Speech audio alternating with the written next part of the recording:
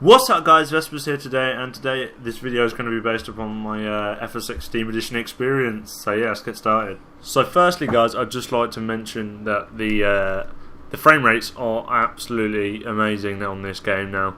I've seen such an improvement in the actual frames that I'm getting. I've got literally every setting maxed out on this at the moment, and this is literally just the box standard FSX. You know, just with no add-ons, no add-on aircraft or anything, no scenery, no nothing. But look at these textures, just from a normal, just from the normal FSX. You know, this is crazy.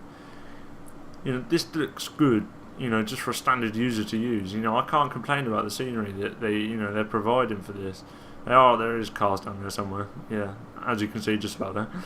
Yeah, it just runs so smoothly compared to the old one. The clouds, even the clouds look better, and this is without Rex as well. So you were to a Rex installed on this, it's going to look a hell of a lot better than it already does. You know, so I can't complain. I can see why there's so many good reviews based on the FS6 Steam Edition already. Because what Dovetail Games have actually done, they have built the game using the VS 2013 compiler instead of the old VS 2005 library, which allows them to base and utilise the new performance systems, etc. and graphics cards for the actual game to use instead of what they used back in 2006 to run on their processors and such. But nowadays we have the technology that they wanted, you know, their dream of having, like quad-core, you know, 5.GHz processors and stuff, quad-core i7s and all these amazing gaming technology processors and graphics cards and systems and everything. It's just, it utilises them so much better than the old FSX boxed edition did, and you know, it's just good for the user in general. You know, so much added benefits to having this on here. Secondly, I'd just like to say about the improved multiplayer. Obviously, when the FSX boxed edition, when you know it was out for a certain amount of time, GameSpy did end up losing business and ended up closing down. I think they went into bankruptcy or whatever. I just don't think they were making the business that they were beforehand. So yeah, the servers got shut down and they never used the servers, so you couldn't generally play multiplayer on FSX unless you connected to a server via an outside source like FSC and vPilot to join VATSIM and stuff like that. You know, but now now it's on Steam. You get the Steam multiplayer, and what else could you ask for? You know, you can't get much better than the Steam multiplayer. It's so well set up. The community's huge. You know, there's a lot more people playing FSX now than there ever was before, and it was still going strong in 2015, just with the amount of pilots that were just flying on VATSIM and etc. and stuff. Just them alone were keeping the game running and keeping the add-on companies making money because of the extra add-ons we wanted. You know, but now there's a massive FSX community due to the fact that Steam are basically advertising and giving the product on their website. You know, so it brings in more money for Dovetail Games and Steam itself to help develop the game even more, keep producing decent add-ons. You know, it allows other companies like Captain C and Aerosoft, PMDG to create these amazing add-ons. You know, it's just an amazing, you know, change for once. You know, they've utilised all the power that we have in the modern day computer and just influenced it into FSX, which is what we've wanted for years.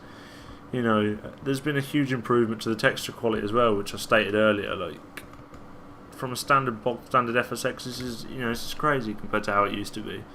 You know, the cloud definition, you know, it's not bad looking clouds either.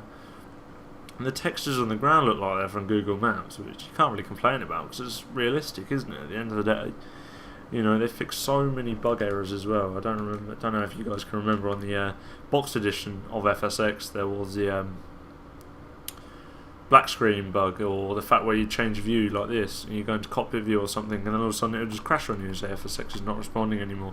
So therefore, you know, you had to exit out. You're halfway through a flight on VATSIM or whatever you're on, you know, and you just have to quit out, and it just makes you not bothered or want to do the flight again because it's just annoyed you at the pure fact the computer's just froze because of the silly game and how it's designed.